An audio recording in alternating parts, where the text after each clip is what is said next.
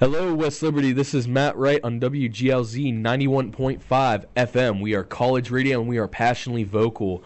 Today we're going to be continuing our ZMC podcast with Zach and Colin here today. And how y'all doing?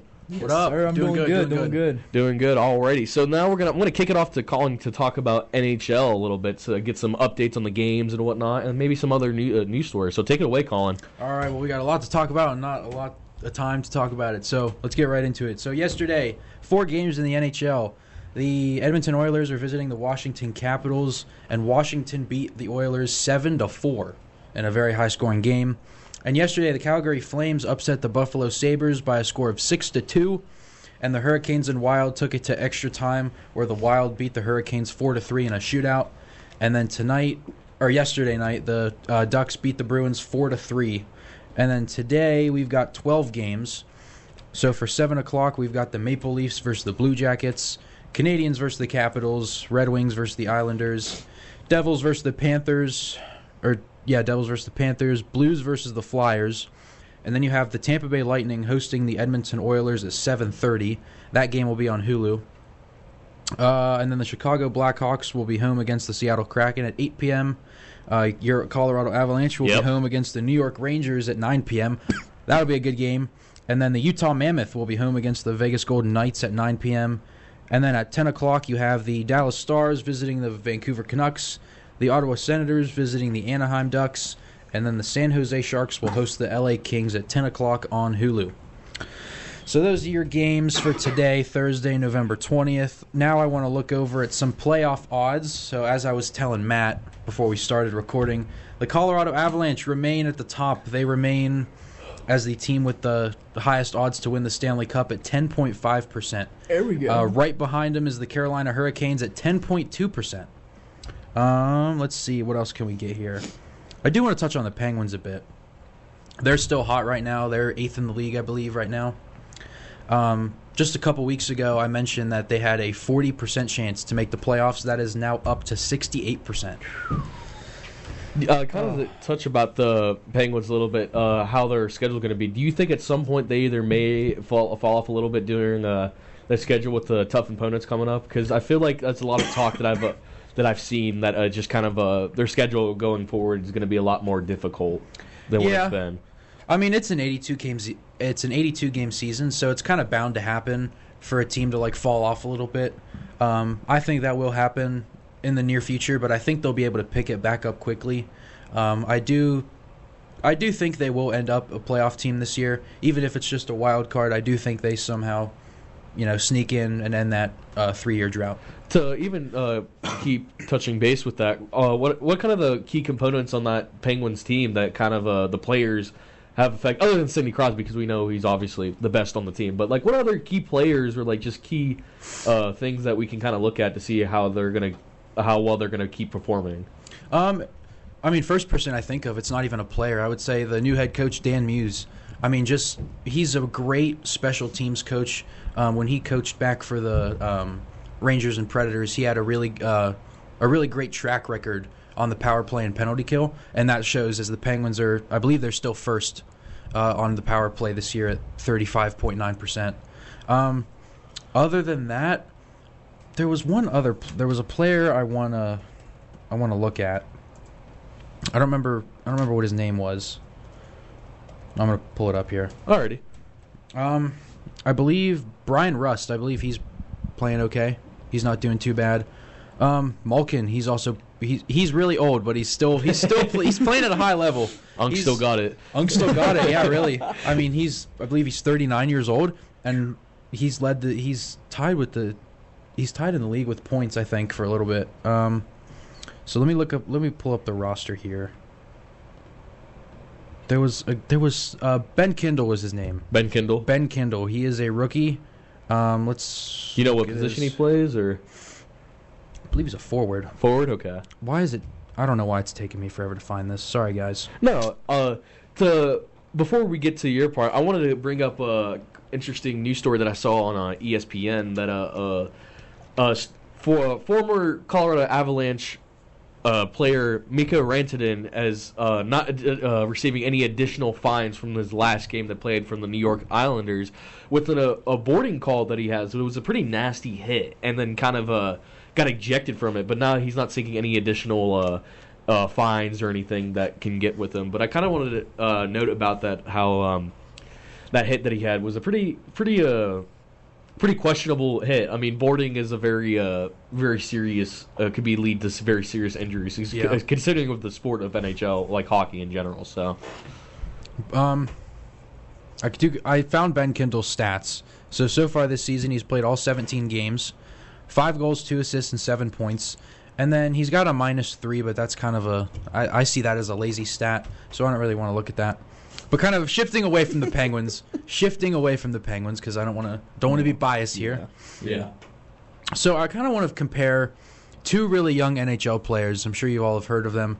One is Macklin Celebrini for the San Jose Sharks, and then the other is Connor Bedard of the Chicago Blackhawks. Macklin Celebrini, this is his 2nd year in the NHL. Connor Bedard's 3rd. So I'll go based off stats this season, and then we'll kind of compare the two. Alrighty.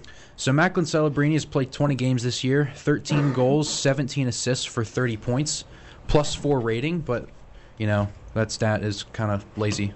Connor Bedard, he's played 19 games this season, 13 goals, 16 assists for 29 points. He has a +10 rating. So I'll kind of give my opinion, and then we'll throw it to you two. Okay. So I believe that Macklin Celebrini's the better player. He's got, his defense could use a little work for both of them, really. Yeah. They're both offensive minds. They're both offensive heavy. I would say Macklin Celebrini, I don't even think he knows what color the puck is. Because he's never looking down at it. His head is always up, always reading the plays, always looking where his guys are.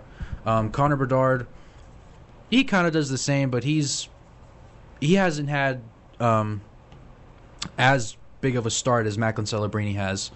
Connor Bedard last year, he kind of fell off a little bit. He didn't have quite the year that he expected to have, and that none of us expected him to have, really. Macklin Celebrini kind of got off to that hot start.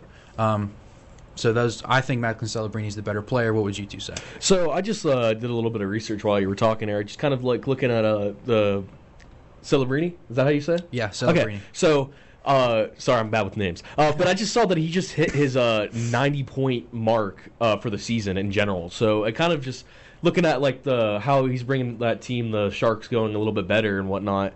And I guess just the environment that he's kind of bringing into to try to get them into. Well, maybe not a playoff team just yet, because I have no idea what their other team brings. But maybe just like something spark, maybe like, oh well, look over here, get kind of like a little bit of the attention with all the other players in the NHL. Well, with the Chicago Blackhawks, I haven't really seen too much crazy. I don't even know what their schedule is. Do you know what their schedule is? Their schedule, their record, if you will. Their record, let me pull it up real quick. But while I'm pulling that up, I do want to mention Tuesday night, Connor Bedard and Macklin Celebrini, they both got hat tricks on the same night. That was the second time in NHL history that 2 players aged 20 or younger scored a hat trick on the same night. So pretty cool. I just looked at the record while you were doing it. It says they're 10-5-4, so it's a little bit better than I thought it would be. Yeah. But I know that they have struggled with the other key components on that team to kind of just get them to where they need to. But hey, Connor Bedard is just one of the guys that can help them out with it. So yeah, I feel like he's really the core part of that team. Like you said, they're 10-5-4. That's also the same record that the Penguins have.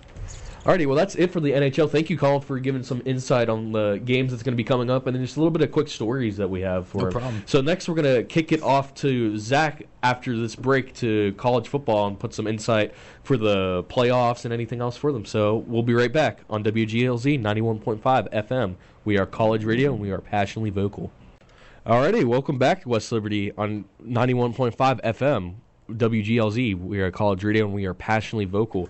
Now I'm going to kick it off to Zach to talk about a little bit of college football with a little bit about playoffs and just any other broad stories that we could talk about in this segment. So take it away. All right, so first off, the biggest news in college football, James Franklin going to Virginia Tech. Mhm. After, Penn State isn't doing as well as Penn State normally is, he decides, you know what, I'm going to go to Blacksburg, Virginia, and help out the Hokies. So, how do you guys feel about it and, future thoughts? I will say it didn't take him that long to find a job. Not I feel pretty good about it. I think he'll do really great there. I think it'll be a fresh start for the Hokies, obviously. I feel pretty good. What was the question again? So, since James Franklin went to Virginia Tech, what are your thoughts on it? And future thoughts? Is Virginia Tech, potentially, a black horse for playoffs? Potentially a national championship, or It could be a fresh start for him in general. I mean, it could really just either be the boost that they need to go to the playoffs and see how far they can go with. But I think this could very well, and it'll be just a new scenery for what was the guy's name again? I didn't get James Franklin. James Franklin. Okay, so yeah, that could just be a new scenery for him, just kind of making sure that he'll do well in the playoffs. So I believe his introductory press conference was yesterday. It was, because remember he went off the plane and then. Oh, I think he was on Pat McAfee yesterday too. Yes, he was. Okay. He was on Pat McAfee's show. Yes, he was. And also, Virginia Tech, they are going against Miami, which Miami is ranked 19th in the top 25. So, obviously, James Franklin's first game with the new roster. Let's see. I don't know how that's going to go. Hopefully, it goes good. So, anyways, Heisman odds. Number 1 is Indiana's quarterback Fernando Mendoza with minus 115 odds to win the Heisman, according to FoxSports.com. Number 2 is Diego Pavia from Vanderbilt with the plus 225. Jalen Sayin from Ohio State with a plus 1600. And Gunnar Stockton from Georgia with a plus 2500. And college football top 25, I'm just going to do the top 10. Ohio State, number 1 with the 10-0 record. Number 2, surprisingly, is Indiana, even though they have an 11-0 record. I do want to talk about that when you're done with your rankings. Number 3 is Texas A&M, 10-0. Number 4 is Georgia, who are 9-1. Texas Tech at number 5, who is 10-1. Ole Miss, number 6, same record as Texas Tech, 10-1. Oregon is number 7 with the same record as Georgia, both being 9-1, which makes no sense to me. Little favoritism maybe in the rankings, probably. Right, Yeah. and then Oklahoma, Notre Dame, and Alabama are all the same record with 8-2, and they finish out the top 10. I think Tulane is 8-2 as well, and they're ranked 24th. I think so, yeah. But back to what you were saying about Indiana. I mean, I just think it's I'm just in awe of how they are not ranked first. I mean, they're 11-0. Ohio State's 10-0. I just looked at the Big Ten standings. Guess who's number 1? Indiana. Yeah. So I don't understand. If they're first in the Big Ten, they should be first in the college football overall. Yeah, It doesn't make a whole lot of it's sense to just me. a little bit better of the record or whatnot. But I guess it's just I don't really know understanding of the rankings of how college football goes for with the records or whatnot. Because I feel like if you have the best record, you should be able to have that that spot in general. I mean, I thought that's what college football was about. Because that's why a lot of teams, if they lose 1 or 2 games or so, their kind of rankings drop drastically in general because there's a lot of college teams out there. So I don't know. That's another reason why I don't like the college football rankings, because it's based on Strength of schedule. it's based on strength of schedule, who you play, not how many you beat, which is really insane. But So- I really just think Indiana should be. So number it's one. kind of like whoever has the best schedule to kind of win is going to be the one that's going to be just up there. Rather, if say, I don't know, Let's say 11-0 team like Indiana, but it's let's say it's But they've beat maybe 3 or 4 ranked teams. right. Okay. Right. And But if a team I don't know, even if a team is lost to a non-ranked team, they'll still drop. I don't know. It's plus, really weird. Interesting. the AP top 25, it works basically just off of reporters. You know how the NBA All-Stars voting for MVP and stuff? Yeah. It's not fans no more. It's it's the reporters and stuff. That's basically just how the top 25 is as well. Yeah. Also, speaking, West Virginia is going against Texas Tech November 29th at West Virginia's home at the Milan Puskar Stadium. What's West Virginia's odds? 8% against Texas Tech? Yeah, 8.3 to win that game.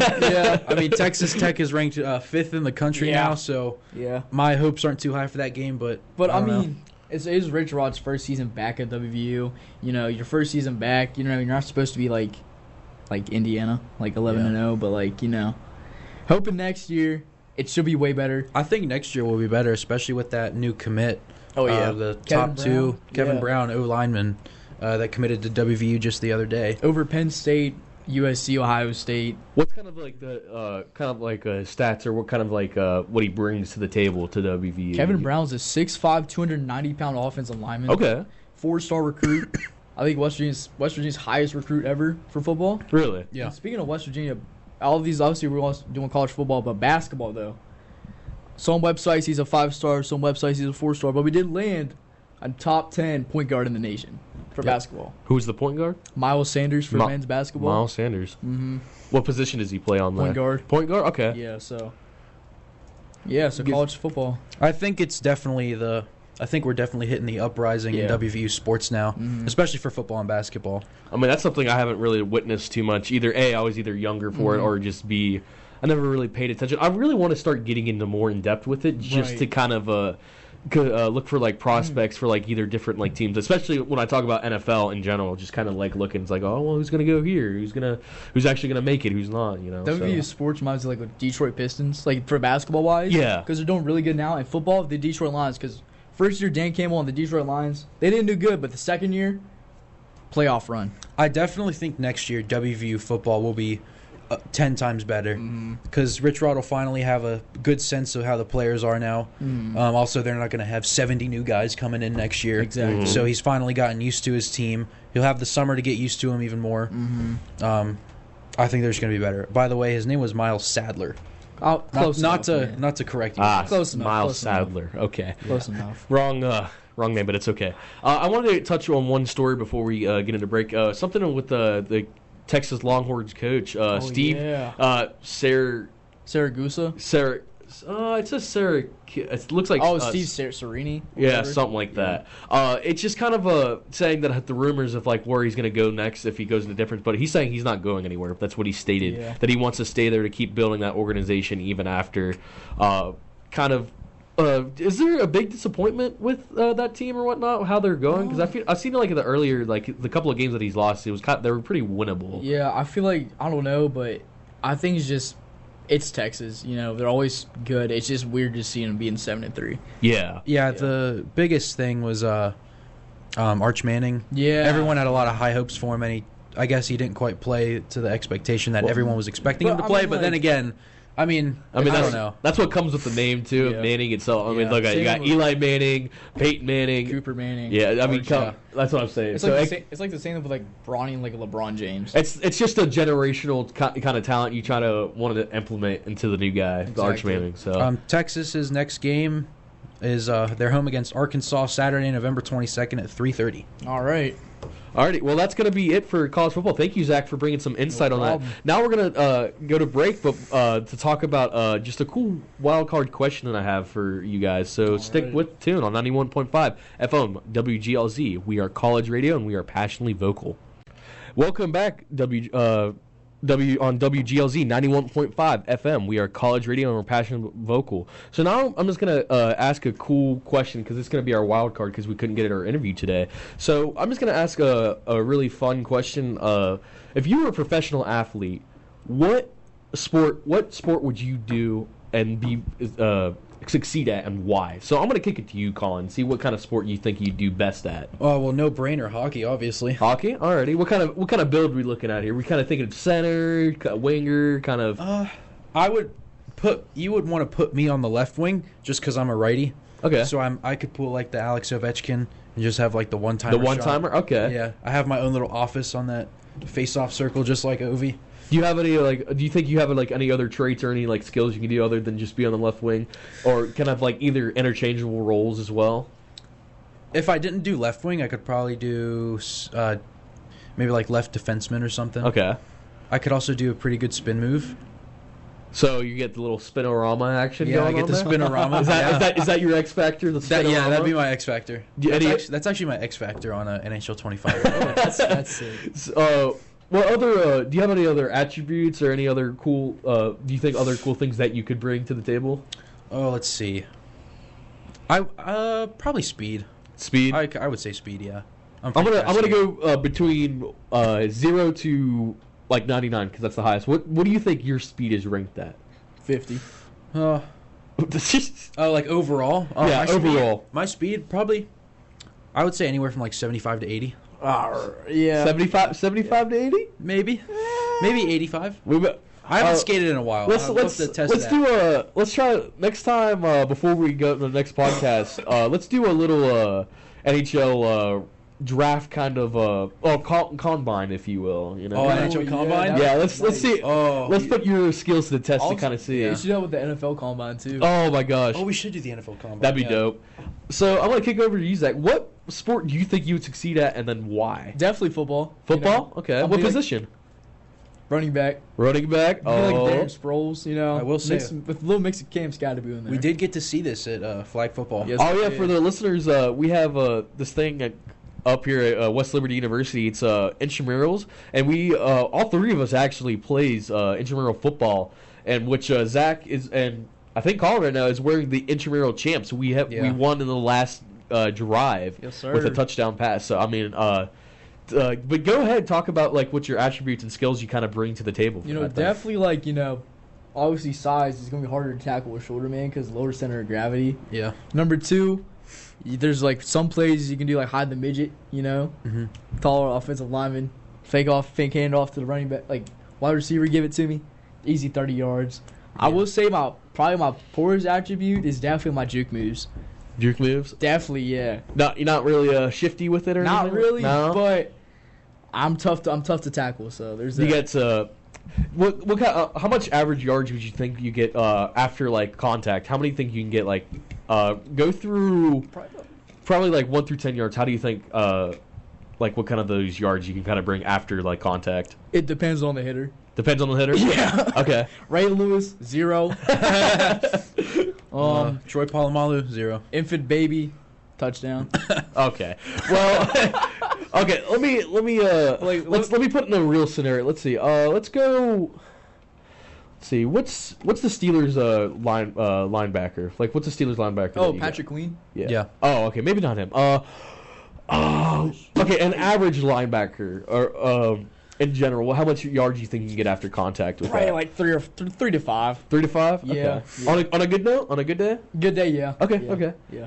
So, I guess I'm gonna go with mine. What I would think I'd be. I think I'll go with NFL too. I think I'm gonna go kind of the position that I used to, except maybe, hopefully, kind of shoot for tight end a little bit. Because my whole time when I was playing football over at my old high school, I'd always just be offensive lineman, and then I'll play a little bit of defensive line too. So I mean, I guess try to get me on some defense as well. But I really when I played intramural football, my hands aren't the best at catching, but I do have those. I can get those breakout plays when I need to. If you trust me, you do a little dump down, check down pass, or a little 5 and in route kind of action. I think I can kind of bring that little yards after catch action as well as what some tight ends you see in the league. For what team I could play on that could probably utilize me, even though they won't pick me. Let's see. Other than wish I could go for the Broncos, but that won't work. Oh wait, J.K. Dobbins is out, so you could just like switch to a running back. Well, I don't know if they would have put me as a Hey. 5'11", 250 pound. You'll be like a Bradley Chubb Could be. or like Aaron Donald. I could. Yeah, but also Aaron Donald was like by far like one of the strongest defensive tackles in the league, and I don't think I can compare to that, especially since I'm way out of my prime. Well, even though I'm like only 21, I'm still not going to be compared to any of the guys in the NFL. But Right. I think I could bring something to the table as being a tight end, a little bit of blocking, give me some couple of routes going in there, and I'll see Yeah. what I can bring. So, I will say, if I didn't do hockey, I would definitely do football. Oh yeah, You'll be like a punter. Oh, I'd definitely be a punter. oh, I could probably punt. I can punt a good 40, 50 yards. that's pretty good. Yeah. What is it? Another sport that I guess I could kind of be if I wanted to. You ever saw I touched on this movie briefly. You ever watch Goon? The guy that just fights the entire time. He's an enforcer, and all his coach kind of does is just makes him go out in there and fight. I'll be like that. Yeah. I'll be an enforcer for for any NHL team. I'll be like, if you need me to fight, I'll go out there. Oh yeah. I'll give it to him. He'll just be the guy to hype up the crowd. Yeah, and then like I'll get completely injured, and then I won't make it until like another few games or whatnot. But then I'll be like, all right, put me back in there, coach. I'll take care of what I need. Take care of business. You put him back in, the crowd goes wild. It's always like that one baby with the Detroit Red Wings when they kept like panning to him. Everybody was like, yeah, I remember that clip. Yeah, it's like that. Oh my goodness. What is it? I'm trying to think of another cool question, kind of. Oh, I got one. What kind of sport do you think? Oh wait, no, you go. What is the weirdest sport that you guys would actually play? The weirdest sport that I would actually play? Yeah. Ooh. 2 words. Water polo. Me too. It takes a lot of hustle. It takes a lot of effort. But man, I'll tell you what. I've loved being in the water. I'd probably be dead tired by doing it. But man, how these cats play it, man. Oh my gosh, I would just love it. I would just love just going in there going crazy. Dude, tell me I've about it. always wanted to try water polo. Dude, water polo. Dude, Bethany has a water polo team, I think, or sailing really? does. Yeah. Oh. Another sport that I kind of wanted to do. I'm trying to practice a little bit. Play a little bit of golf, just because it's kind of like the thing that I like. Just you get relaxing. You're out in the open with the nice weather and everything. And I kind of just wanted to practice with that as well. Will I be ever like Tiger Woods type of talent? No. I don't think more than likely I slice my hits every single time, and even at that I'll hit the ground, so it's not even that good. But I just like practicing and whatnot. To be honest, I think you'd be more like a John Daly. John Daly. Okay. Yeah.